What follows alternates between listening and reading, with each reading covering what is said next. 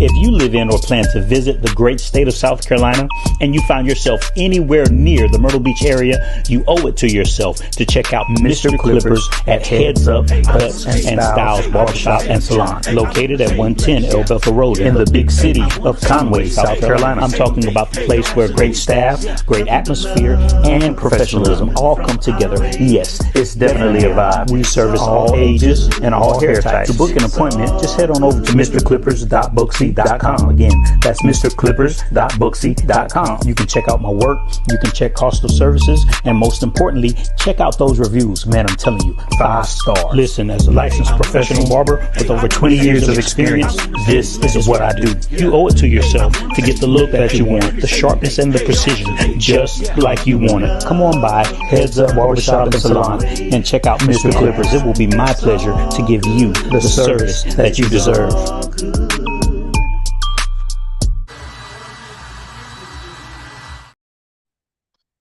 What's going on, everybody? It's your boy, Mike Robinson, and this is another episode of Let's Take a Walk.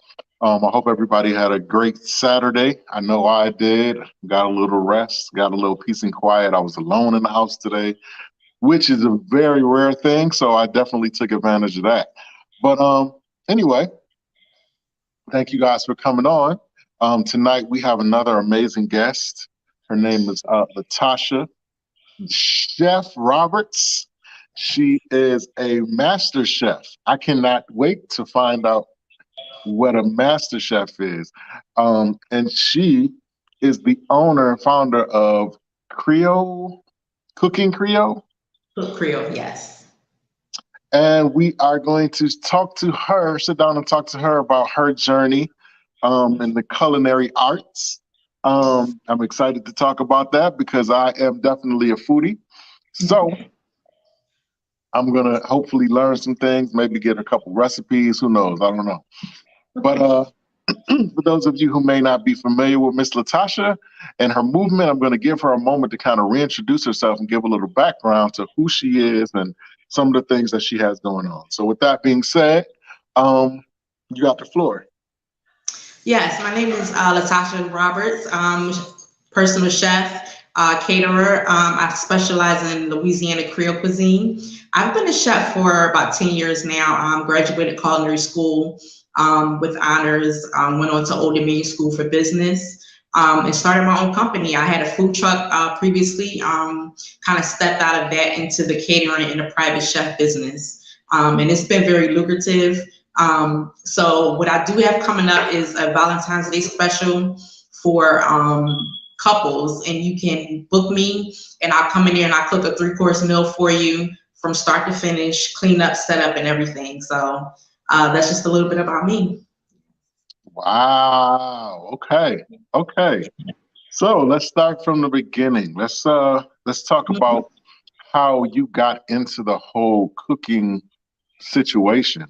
What attracted you? Was there a pivotal moment that made you say, boom, this is what I want to do with my life. This is what I want to do, in business. This is who I am.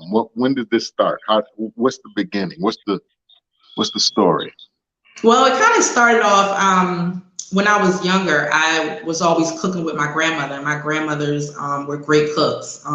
So one of my grandmothers, while kids were outside playing, I was always in the house with her, snapping green beans and cutting up collard greens, licking the chocolate cake bowl and all that stuff. So, but I didn't know that was going to be my career until I got older. I actually wanted to be a cartoonist because I could draw as well. So that was kind of where I thought my life would end up. But I was cooking for my friends and family, and everybody said, you need to go to culinary school. So I enrolled in culinary school.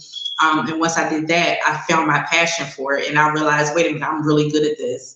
And from there, I just started venturing out and just getting my name out there. And I was on TV for a couple of years on Hampton Road Show, featured in the Virginia pilot. And just doing what I can to give back. How did you end up on the Hampton Road Show? That's what I got to know that. I stepped out on a leap of faith, and something just told me to go ahead and reach out to them and send an email because they actually look for chefs to come on their show.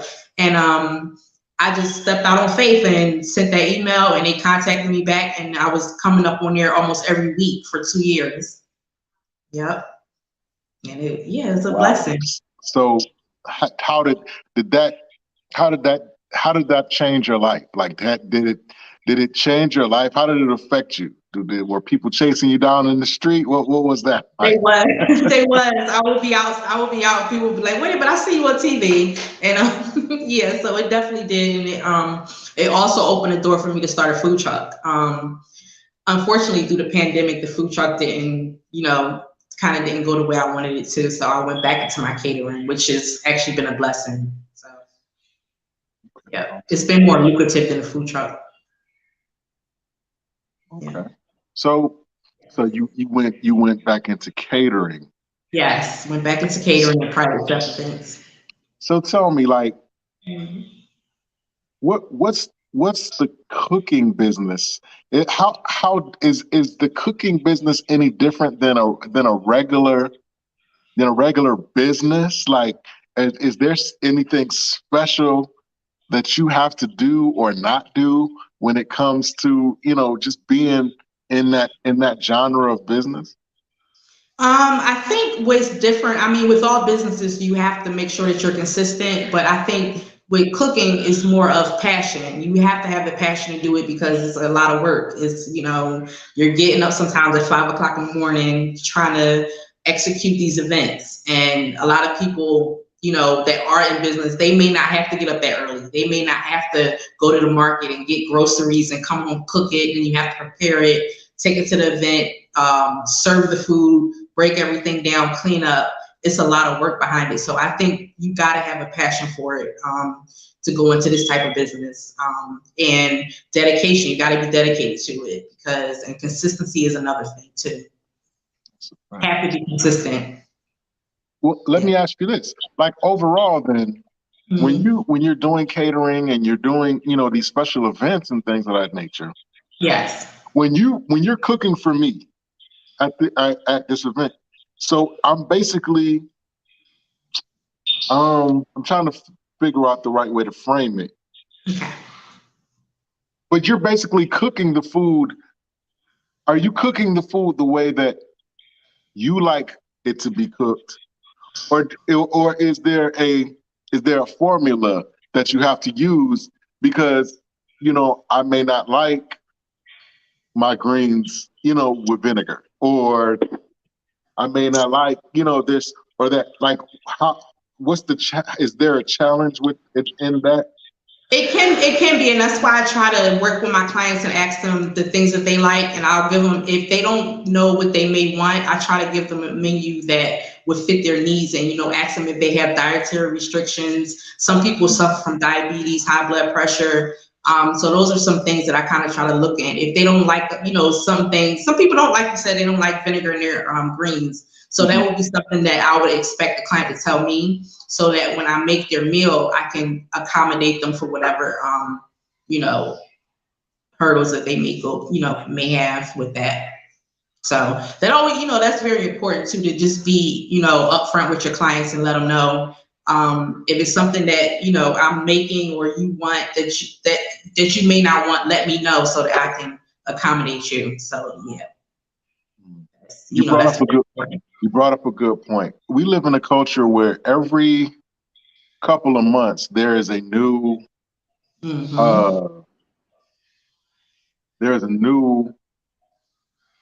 dietary trend. Yeah. You know what I'm saying? We talk about being vegan versus being vegetarian, pescatarian. You know what I mean? Not eating dairy. All these types of dietary trends and stuff. How do you? Is that a challenge just to be able to keep up with all the new diet trends that come and go? Like what's that like? It really is, because I have some clients that have been vegans, and I cook Southern food, I cook meat, so I had to strategize and make sure that I'm able to fulfill that for them. And it definitely is challenging because you have to play with different recipes. You got to play with different ingredients. Like I said, some people with the high blood pressure and diabetes and, even cancer, some people can't have a lot of different things. So you really have to dig into your skill and, use technique with that and make sure that you're using the right ingredients. And I try to use quality ingredients in my food as well. So,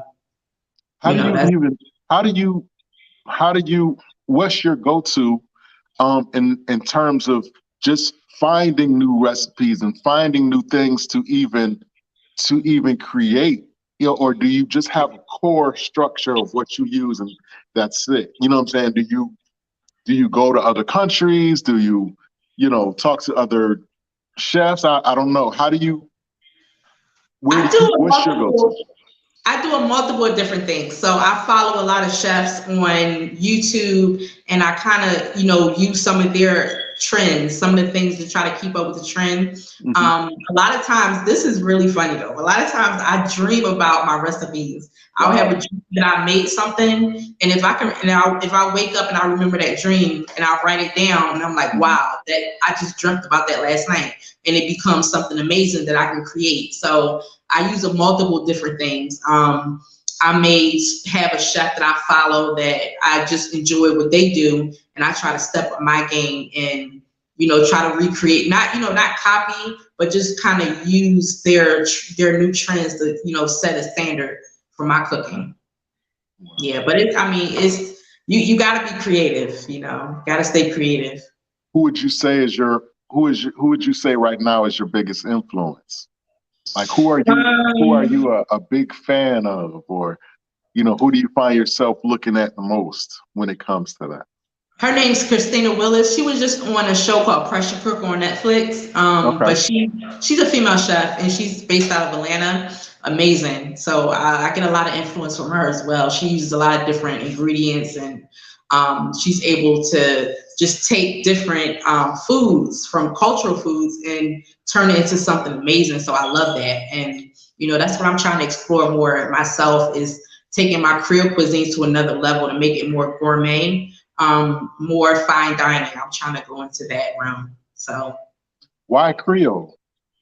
Creole, I have family that was actually from Louisiana. Mm-hmm. And so, so I kind of got stuck in an era. Before I was doing a lot of Caribbean food and Italian, but I really stuck with the Creole cuisine, and it's something that I've mastered, and I'm just really good at it. So I've mastered it.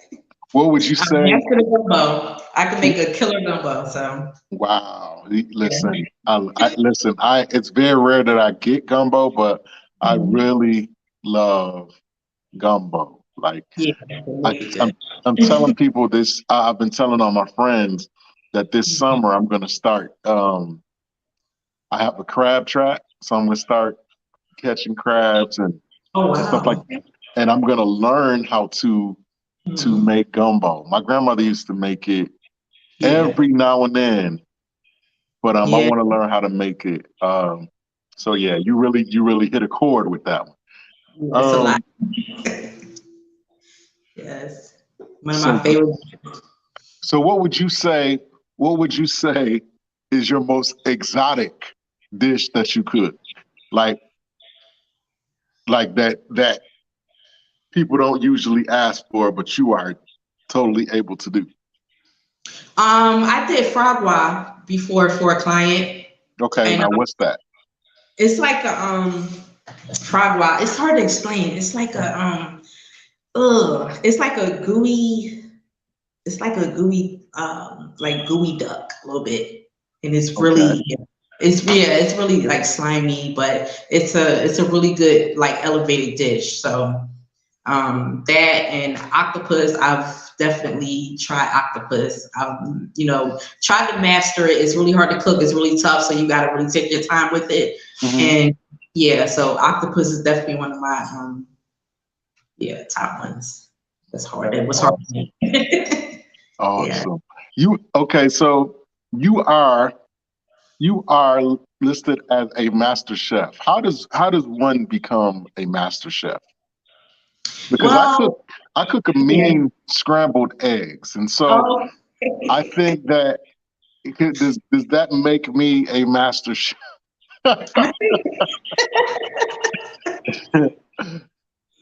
I think how you get that title is just, just using your creativity and being, and a lot of people think that cooks and chefs are different. So when you think about a chef is able to delegate. They're able to run a kitchen.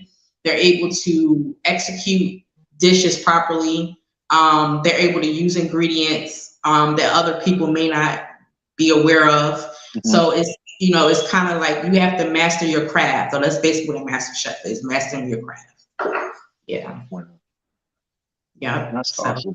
And that's what separates us from cooks. you know what? That's funny that you said that because Yeah. that's what I was going.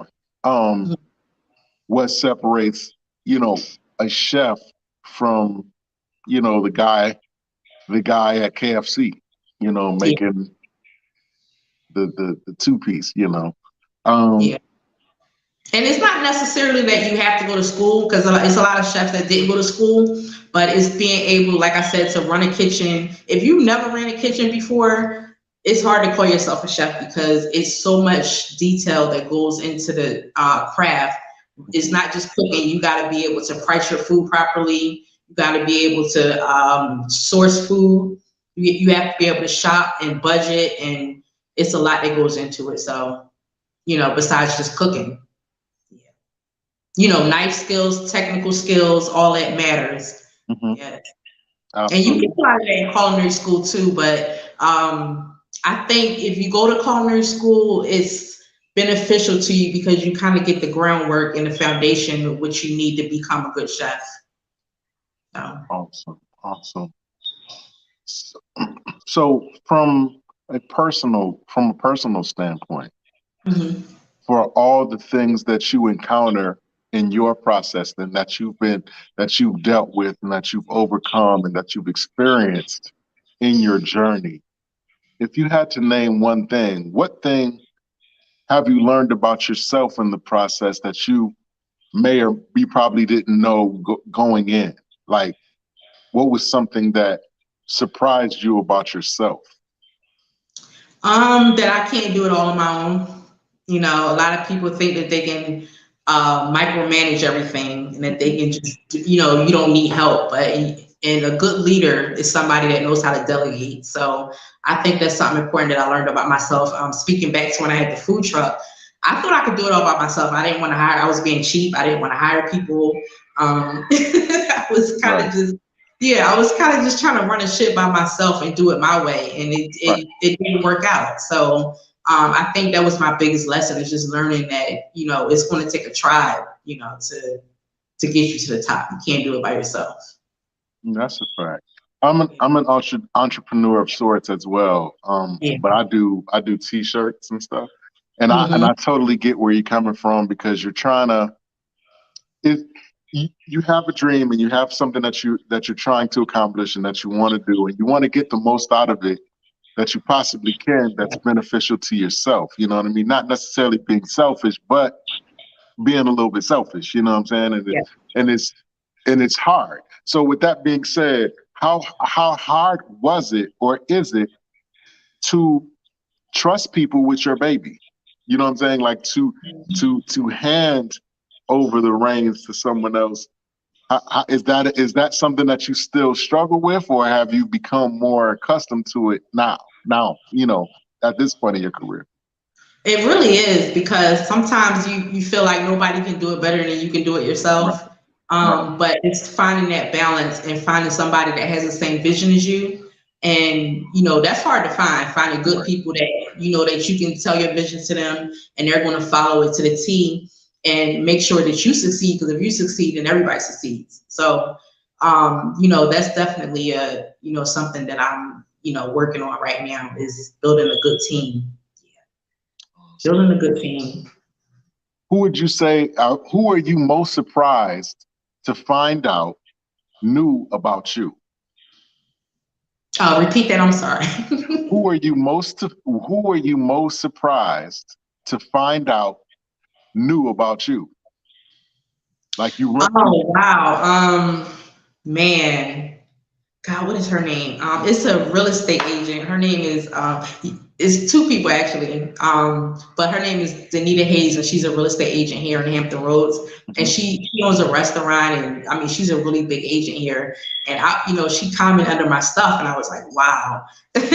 She commented under one of my pictures on Facebook, and it just took me to a whole nother level. And it's another lady named Tanita Brinkley, and she's a tax consultant, but she's done stuff with Yandy from Love and Hip Hop, and she's commented and liked my photos, and stuff like that has really taken it, taken my heart. Like, wow, they see me.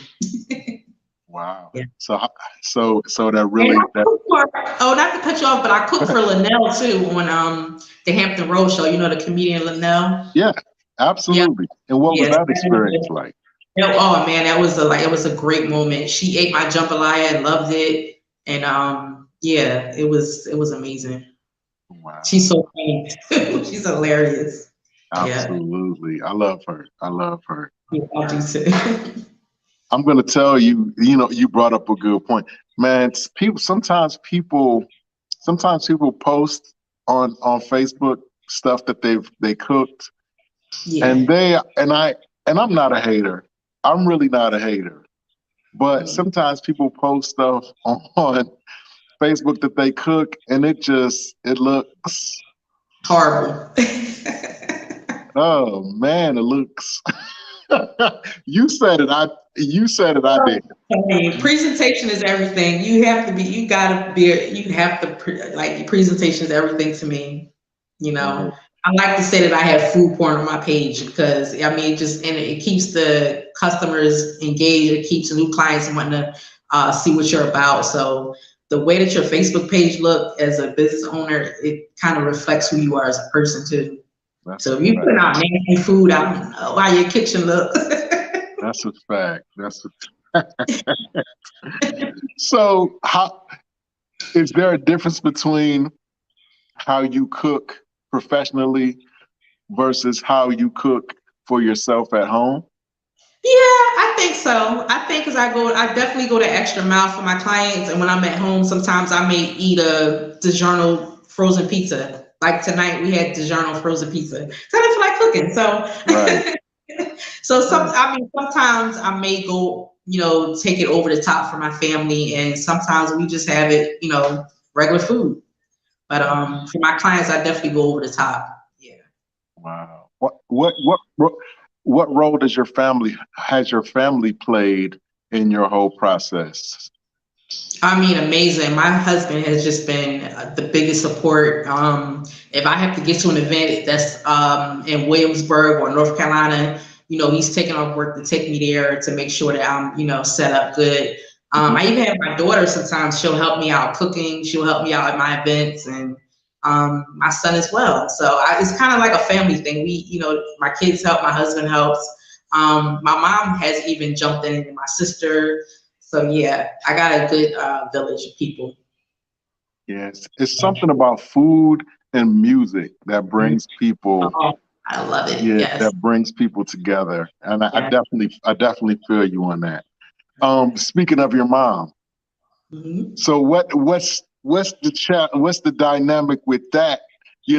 Because your mom cooked for you your whole life, and they do stuff, and now you're doing it, and you're doing it. You're not only just doing it, you're doing it professionally. So, do you guys bump heads sometimes about?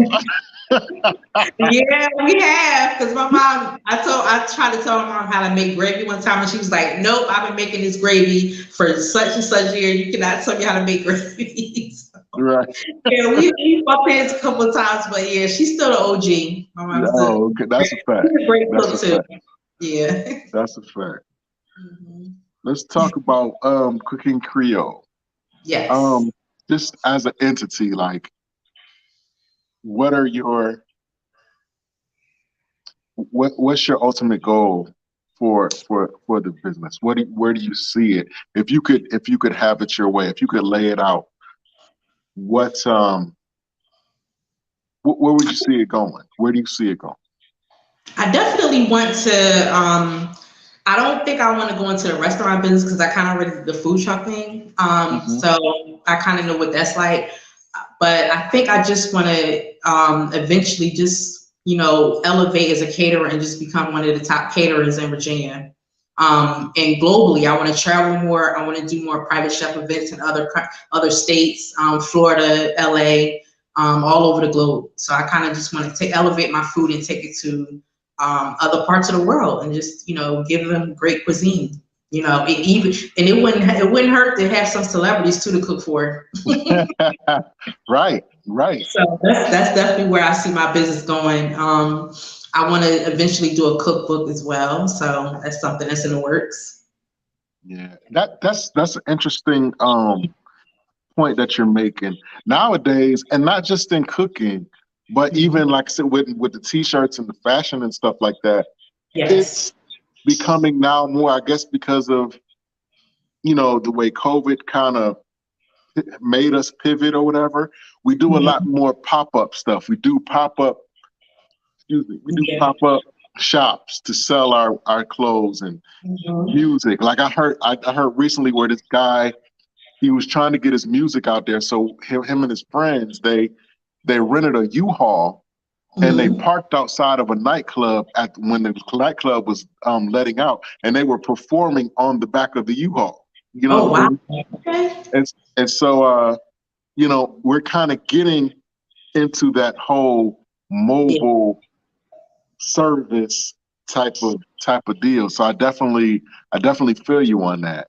Mhm. Have you seen that trend as well? Is that why um you want to veer towards that, or is it just because you've seen, or did you already have that in your mind that you wanted I to kind of, deliberately I do? did, I did kind of see a lot of people doing some pop up stuff, and I actually used to do some pop up events back in the day, and I do want to get back to doing that.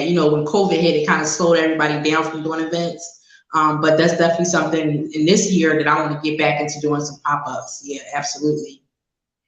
Some fine dining, 6-course meal, pop up dinners. Yeah, That's that awesome. was awesome. Um, COVID. Let's talk about COVID. Yeah, You just brought that up. Um, that was a mess. I know that it affected how you move around, but Mm-hmm. Yep. has it has it affected your creative process as far as the cooking? Has does had this Did COVID have an ability to change how you cook? Well, actually, what it did was it actually elevated my business because when COVID happened and food trucks shut down, and what I started doing was delivering food to people's houses. And the people that I was delivering food to, they actually became clients of mine to where they were hiring me for caterings and to come cook dinner for them. So it actually elevated and helped my business a little bit with the COVID. But I didn't see that in the beginning. In the beginning, I was like, oh my God, I had to cancel some events. It was just a mess in the beginning. But like I said, once I started doing that food delivery, and I was known for my seafood boils and fried de-shell fried crab legs and all that stuff, and it just kind of went viral at one point. So everybody was ordering. Yep. So I kind of had a good time over the COVID. Wow. Yeah, I I think that COVID had a dual effect, I guess. And I use the analogy sometimes. We saw where you have a mother who's rejoicing because her son um, was supposed to do 10 or 15 years in prison, but because of Wow. COVID, they let him out. You know what I mean? So this mother is like, yay, my son is out. But then you have another mother who's grieving because COVID took her son away. Yeah. You know what I'm saying? So in essence, Hmm. if blessings and a curse was a person, then COVID would, Yeah. Then COVID would kind of be it. I think. It was a blessing first because some people started businesses and some people lost businesses and people lost loved ones, babies were born. It was just a lot of stuff. Right. It was a blessing and a curse. Yes, absolutely right. What's one thing, one quality, if you had to name the most important quality, what quality do you believe every chef should have? No exceptions. Honesty. You gotta be honest. Honesty, okay. Why? Honesty. I want to say Why? honesty because when it comes to dealing with clients, you got to make sure that what you're doing is not that you're not taking away from people over. I want to say like overcharging people for a product that's not good, stuff like that, or not being upfront about your services. Those I've seen these things happen on social media where clients are complaining to me about other chefs that they may have booked with didn't fall through, or they gave them money and they never did their event, stuff like that. So yeah, I would say honesty is definitely the biggest thing. Gotta make sure you're honest with yourself and your clients. So what would you say is if you had to name one thing, what's the biggest mistake that young chefs make? If in your estimation, what would you say the one biggest mistake that young chefs make? They're not prepared and they haven't done their research in the culinary industry. They haven't mastered their craft. That's some of the big things too. You got to master your craft. If you're going to be in this business, you have to.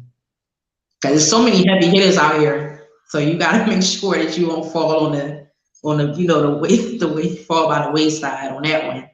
Yeah, you got to make sure you get on top. Yes.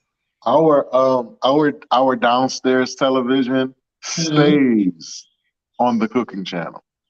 Yes. It stays on the cooking channel. I can't tell you how many Iron Chefs, and I mean, I can't even name them all. I mean, it's a lot. Yeah. It's crazy. How to Beat Bobby Flay and all these different ones.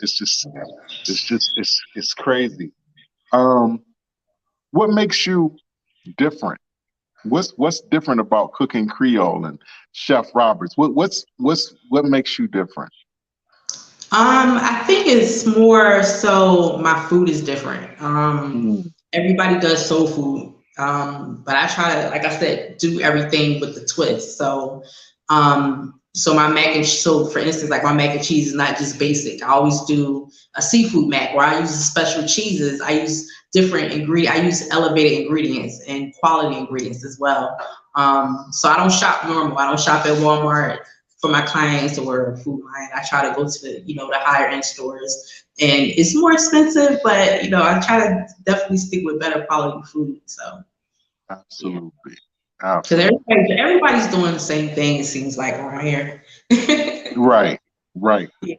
Right. And that's another awesome, that's really, it's simple, but it's really profound. Everybody's doing, I believe there's a song by Dawkins and Dawkins where one of the verses is saying everybody's trying to be different at the same time or something like that. Yes. But with that knowledge, like, how do you see that? Because like you said, everybody's doing it. Everybody's, kind of in the same vein or whatever. Like, do you ever feel yourself in kind of a lull because, you know what I'm saying? Like, do you have to kind of snap out of the rut sometimes? Because like you said, everybody's doing it. And so it's like, and I it's think hard to find that get up and go sometimes. Yeah, it really is, because when you're doing this, you have to think about, I want to create an experience for my customers and my clients. And creating that experience sometimes can be a little bit mind-boggling because, like we said, we see everybody doing the same thing online, and you like, how can I make my experience different? So that's something that I'm always challenging myself with, and just trying to be more creative in my own. And I pray about it too. I pray to God to give me new ideas, fresh ideas, so that I can keep keep above the rim. So Right. Right. Yeah. Right. Your faith. Mhm. What role does your faith play in your business and in everything that you do? How does your faith play into it? I always say I got that walk with water faith when it comes to my business because God is really in charge of my business. I try not to do anything unless I'm praying about it. Before I even take an event, when I'm cooking, I'm praying over it. I'm praying for God to lead me in the right direction. So I believe that I have that walk on water faith when it comes to my business. Because I mean, I'll just step out and do something like going on TV. I was nervous because I don't know what my first time, but I was like, I'm gonna step out on faith and do it. Right. And it worked out. So yeah. How does that work? Like when you're in the studio, like I've watched other shows where they have cooks on, and then they have the dish already cooked, but you're also preparing it at the same time. So like, how does that work? So like, did you have to cook that at home and bring it in, or what? How does that work? Yeah, we would have a dish already prepared that we did at home or something, and then go through the steps on TV. But yeah, it'll be already cooked. The magic of television. Yeah. What's your dream dish? Something that you've never you've never cooked, but you aspire to cook. Like you feel like it's on that Mount Rushmore. What's your dream dish? I want to do a good rabbit ragu, and I haven't found any rabbit. I don't eat rabbit, but I want to cook it for somebody that'll taste it because I like the essence of how the meat looks. So that's something. I know it sounds kind of gross, but it's a rabbit ragu recipe that I kind of want to. I want somebody to try it. Okay. Yeah. Is there anything that you will not cook, that you just will not do? Pig's feet. Mm-mm. What? Are you serious? Like no pork foot. you about to get canceled. You just canceled yourself right there. You just canceled yourself. You know that, right? My mama cook it. I ain't cooking it. Why not pig? Why not? I mean, I don't eat pork myself. I get it, but why won't you? I just can't deal with. Oh God, it's just I don't know. Just something about the pork foot. Pig's feet. I can't do it. Wow. Oh God, I can't do it. They about to take you know what? I'm gonna take that back because for the right amount of money, I would. Yeah. Oh my gosh. If a client is paying me good enough, I'll do it for them. Miss Cynthia Spencer, is that your mom? Yes. She said, "Are you kidding?"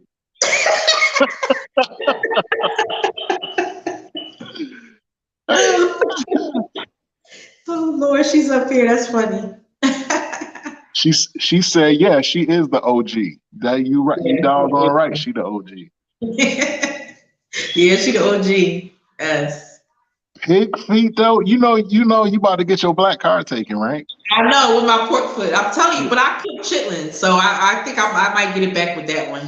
Now wait a minute. But I don't like pork foot. You won't cook pork foot, but you'll cook chitlins. I'll cook some chitlins. Yeah, I'll cook chitlins. Now that is different. Okay. Yeah, different. I know it's really weird. I know. Yeah. Wow. It's just something about that foot. I'm just like, oh my God, with the toenails and everything. Mm. When I was a kid, I grew up in New York. I live in Virginia now, but I grew up in New York. And I used to love getting the pig feet off the jar. Oh, you know, when you go in the corner store and they have the pig feet in the jar. Yes. Yo, it would take me about 2 days to eat it, but but then I love vinegary things. Like I love things that have that vinegar taste in it, you know. But what is the most unusual thing that someone has requested that you prepare?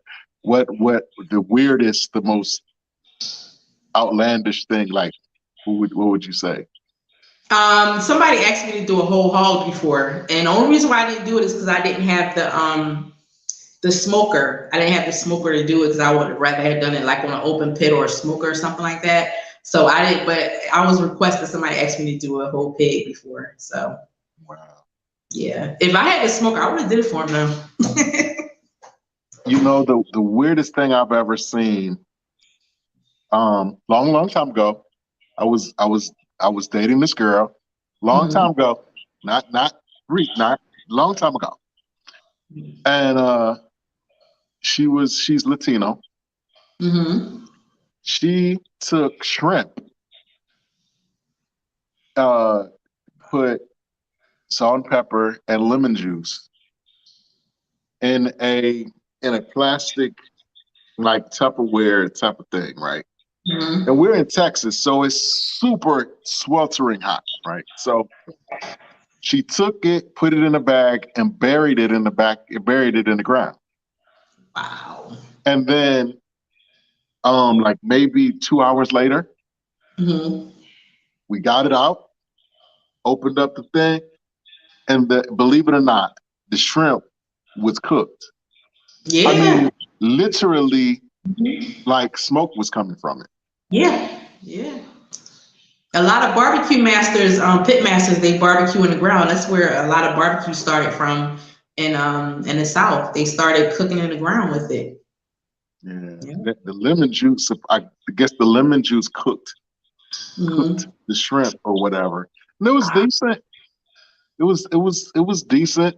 It's not Mm-hmm. something that I don't think I would eat regularly, but just for adventure's sake, it was decent. Wow, that's awesome, though. Yeah. It's So different. we are here on Let's Take a Walk, and I'm with Miss Latasha Roberts, the chef. Latasha, the chef, the master chef, Chef. uh, Roberts. Yes. She is a boss in her own right. We've talked about a little bit of everything. Yes. What would you say is the biggest misconception that people have about you? Um, that's a good one. Wow. I think that people think I'm this outgoing person, but I'm so shy. Really, I think people think I'm like this out. I'm really an introvert. So, yeah. Are you do you know how to turn it off and turn it on? Like if I your do. husband takes you out to, I don't know, Ruth Chris, Mhm. do you find yourself um tasting the food and thinking and comparing it to what you do, or can you just enjoy the moment and eat what's there and say, "Oh, okay, this is good for what it is," and blah blah blah? Are you the type of person Yeah, that's kind of locked in? I kind of would do that. I'm kind of that girl that critiques the food a little bit. It may hit my palate different, and I'm like, I wonder what they put in this. Or if it's something that's really, really good, I'm kind of trying to figure out what they put in it so I can use it. But if it's a bad dish, if I go to a restaurant, I'm definitely going to send it back. Yeah, yeah. I wouldn't tell them the chef. I'll just say, hey, this wasn't good, so I'd rather have something else. Right. What Yeah. would you say? Do you have a signature dish? Do you feel like you have a dish that um that you're known for, or that you feel like is your best? I think my jambalaya is like my hit because every event that I do, they always want jambalaya. Yeah, All right. that's that's one of my Let's talk. staples right. Let's Okay. Yeah, that's my staple. How much of a challenge? How much of a challenge is it being a woman, and furthermore a woman of color, in this business? Just overall, do you find that you've had like a smooth ride, or do you feel like you've um had a few more challenges than maybe your male counterparts? Like, how do you feel female um, chefs and cooks and meal preparers are seen just overall? do they get a even fair shake, or just in your or again just in your experience? How do you see it? Well, I think that I remember when I was working at, because I've worked in restaurants too for several years, and I was working at a hotel. I'm not gonna say the name, but I was working at a restaurant and hotel, and it was probably me and one other female, and everybody else were males in the in the restaurant. And I was a line cook at the time. I wasn't like a chef or nothing like that. I was just a line cook. And some of the men, it seemed like they would get, they would be able to be on the meat. So they'll be able to do the steaks. And, I used to be like, wait a minute, I'm a female, but I can get on, you could put me on the line with the steaks, you could put me on garnish, I can handle it. So I think that they always took it as like the men could do the big banquets when they had the banquets at the hotels and stuff like that, or that they can do the big jobs at the restaurant. So, it was always a challenge there to try to prove yourself as a female that, hey, I can stand and I can cook just as well as these men can cook. Yeah. So that was always the thing. And it just seems so odd because just traditionally you would think that the woman, yeah. Right. You know what I'm saying? And I always found that interesting. Like you would think that it would be totally the opposite, and maybe more respect would be given to the women. But as far as now as a business owner, what has that been like? What has the reception been like there now that you are calling the shots for what you're doing? Well, now I feel like I don't have any competition. I think everybody's their own competition. So I don't really have that I don't really have that male around at a restaurant. If I was working in a restaurant, that would be in my way or make me feel like I can't execute on the same level as them. So I think being a business owner, it kind of gives me that, it gives me that my own lane to where nobody can do what I can do. I can't do what nobody else can do. Nobody can do it like I can do it. So that's how I feel. Yeah. Do you guys talk to each other? Who? There's like other cooks, and like, is there a network? Do you guys actually speak to each other, or is it more of a, like you said? Yeah, I do. I have a lot of other chef friends that live here in the Hampton Roads area, and we actually had we were actually going to do an event together. A couple other chefs here in the area. Again, COVID hit, so we didn't get a chance to do it. But yeah, I definitely try to stay connected to my peers. Yeah. Awesome. And there's some awesome chefs in the 757 too. Yeah. I'm sorry, I missed that. What'd you say? Yeah, I said there's some awesome chefs in the 757 area, so I try to stay connected to some of them. Okay. Who would you say? You feed off each other, Like who? You got Chef Jesse Stewart. He's a private chef. You got Chef Jeanette. She's a real good chef as well. Chef Stiletto. She lives in Pennsylvania now, but she's from Virginia. It's Chef Wimbo. I don't know if you ever heard of him, but he's a good chef too. Yeah. So I mean, yeah, it's a lot of them here. Wow, that's really cool. It's so funny. Like we live our life and we see things, but we don't really see things because everything has its own little culture. Like the church has its own culture. The restaurant business has its own culture. You know what I'm saying? The catering business has its own culture. And so it's always interesting to kind of see behind the scenes of what actually takes place. Yeah. What I've already asked you what misconception people have about you, but what would they be surprised to know about you? And what I mean by that is like, I've had people on here and I ask them that question and they tell me, they might have some type of weird talent, or they're super competitive or something. You know what I mean? Something that somebody would never know about you. What's something that people would be surprised to know about you? That I can draw. I know it's a little cliche, but yeah, I think people would be surprised about that because I don't think nobody would notice that. would think that I could. Yeah. So how did you come about being able to do that? I was doing it when I was younger. I used to draw all the time. Haven't done it in a while, but yeah, I used to draw a lot growing up.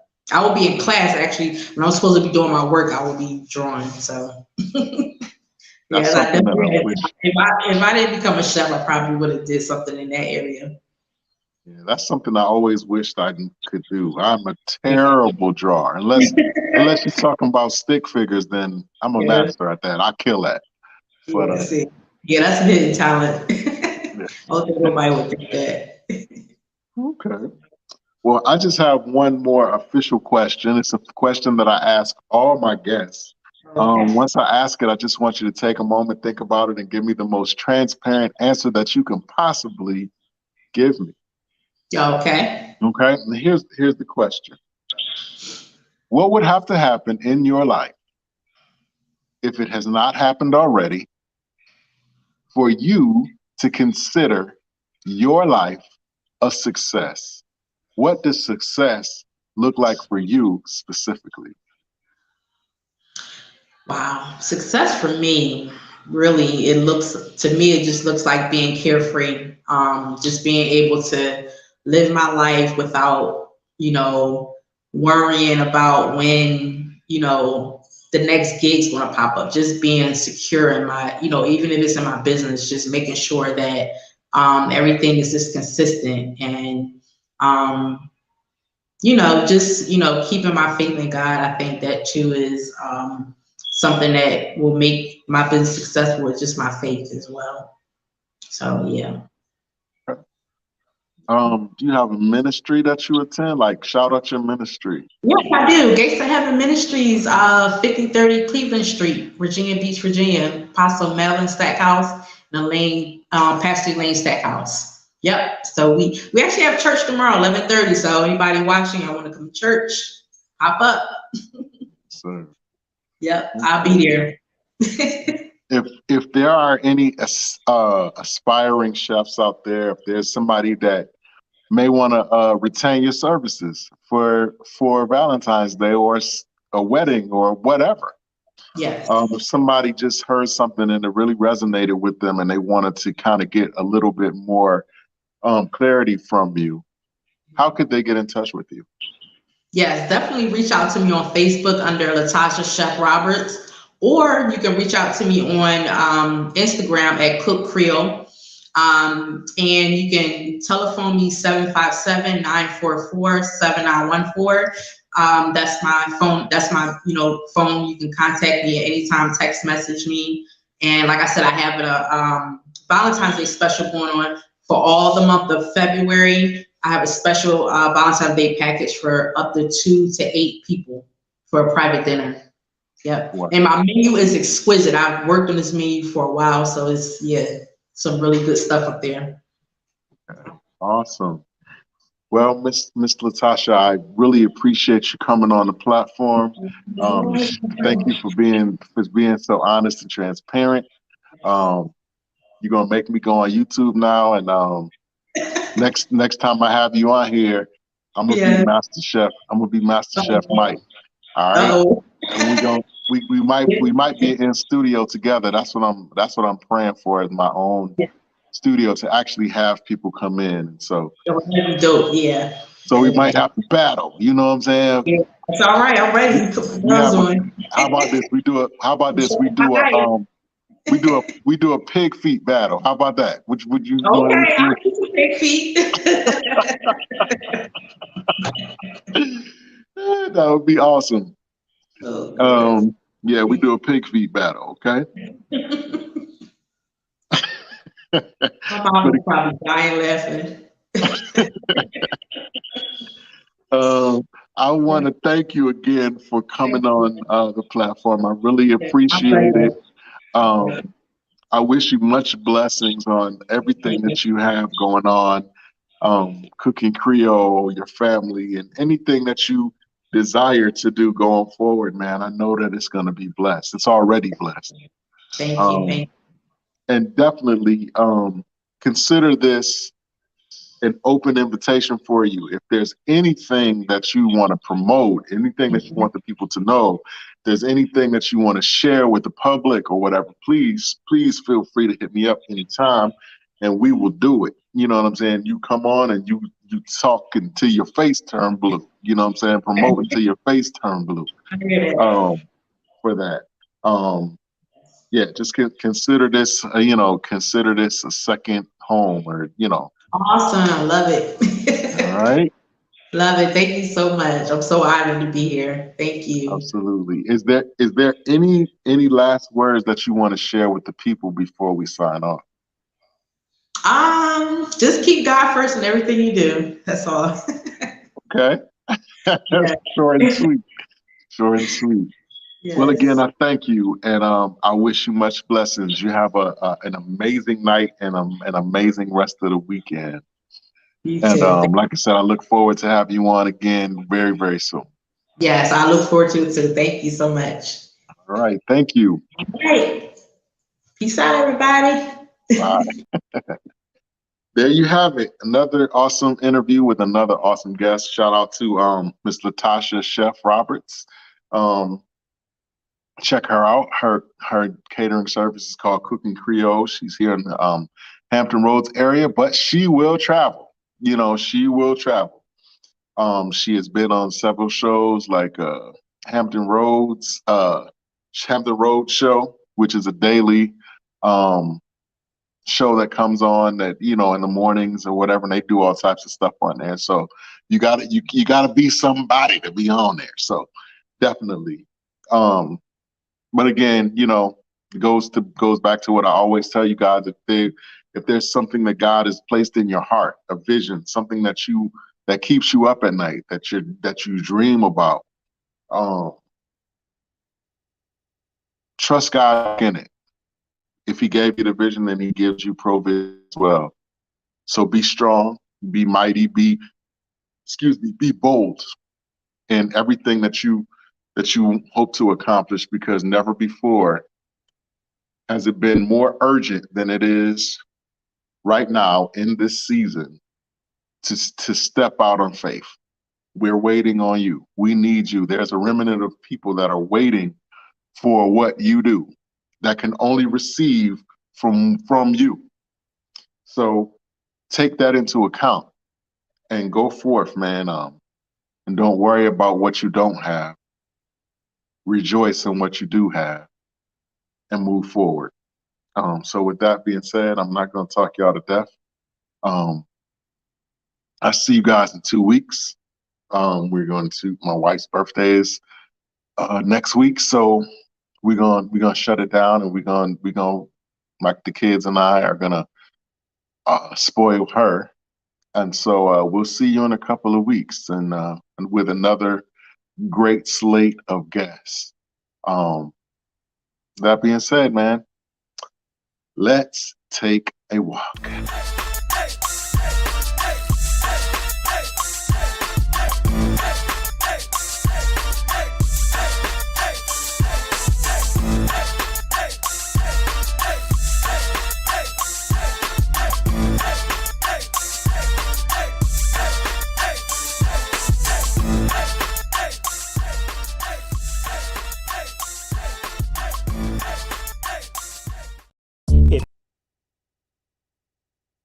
If you live in or plan to visit the great state of South Carolina and you find yourself anywhere near the Myrtle Beach area, you owe it to yourself to check out Mr. Clippers at Heads Up Cuts and Styles Barbershop and Salon, located at 110 El Bethel Road in the big city of Conway, South Carolina. I'm talking about the place where great staff, great atmosphere, and professionalism all come together. Yes, it's definitely a vibe. We service all ages and all hair types. To book an appointment, just head on over to mrclippers.booksy.com. Again, that's mrclippers.booksy.com. You can check out my work, you can check cost of services, and most importantly, check out those reviews. Man, I'm telling you, 5 stars. Listen, as a licensed professional barber with over 20 years of experience, this is what I do. You owe it to yourself to get the look that you want, the sharpness and the precision, just like you want it. Come on by Heads Up Barbershop and Salon and check out Mr. Clippers. It will be my pleasure to give you the service that you deserve.